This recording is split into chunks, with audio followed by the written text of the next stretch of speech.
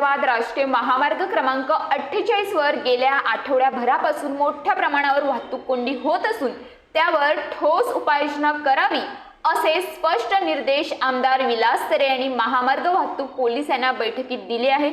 यावेळी आमदार तरे म्हणाले की मुंबई अहमदाबाद राष्ट्रीय महामार्ग क्रमांक 48 हा महामार्ग मुंबई व गुजरात राज्यांना जोडणारा नसून तो महाराष्ट्राच्या औद्योगिक, व्यावसायिक आणि वैद्यकीय आंतरराष्ट्रीय बाजारपेठेत दृष्टिकोनातून अत्यंत महत्त्वाचा आहे।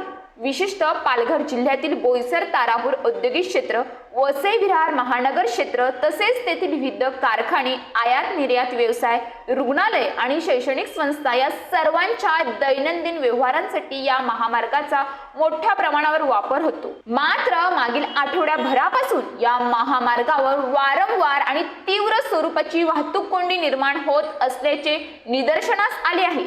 या वाहतूक कोंडीमुळे अनेक प्रमाणे गंभीर परिणाम होत आहेत। वेळेवर रुग्णालयात पोहोचण्यास अडथळा निर्माण होत असून यामुळे गंभीर आजारी रुग्णाचे प्राणही धोक्यात येऊ शकतात।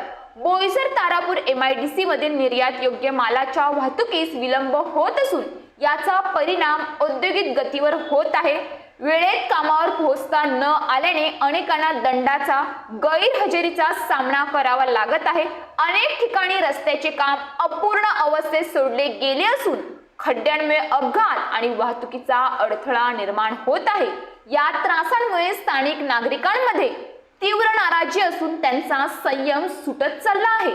या पार्श्वभूमीवर वाहतूक कोंडी समस्येवर तातडीने उपाययोजना करा, वाहतूक नियोजनात सुधारणा करा, संबंधित यंत्रणांमध्ये समन्वय साधून नागरिकांना दिलासा मिळवून देणे आवश्यक आहे। त्या अनुषंगाने ही बैठक बोलावण्यात आली आहे असे बोईसरचे आमदार विलास तरे यांनी सांगितले। तर या बैठकीमध्ये दुभाजकाची उंची वाढवणे, 3 शिफ्टमध्ये किमान 60 ट्रॅफिक वॉर्डनची मागणी, सातिवली उड्डाणपुलाच्या कामामुळे 14 लोकांचा नाहक बळी गेल्याने मनुष्यवधाचा गुन्हा दाखल करा, पादचारी करिता पूल बनवावे, रस्त्यांवरील खड्डे बुजवण्याचे आश्वासन देण्यात आले, वाहतूक कोंडीतून सर्वसामान्य नागरिकांची मुक्तता केली जाईल असे सर्वांनी आश्वासित केले आहे। तर या बैठकीमध्ये 8 मुद्द्यांवर चर्चा करण्यात आली। तर आता बघूया की आमदारांनी जी बैठक घेतली आहे त्या बैठकीचा फायदा होतो की फक्त बैठक ही दिखाव्यापुरती होती हे येणाऱ्या काही दिवसातच समजेल। या बैठकीमध्ये NHAI, वाहतूक पोलीस, RTO, मनपा अधिकारी, पोलीस प्रशासन आणि ट्रान्सपोर्ट संस्थेचे प्रतिनिधी उपस्थित होते।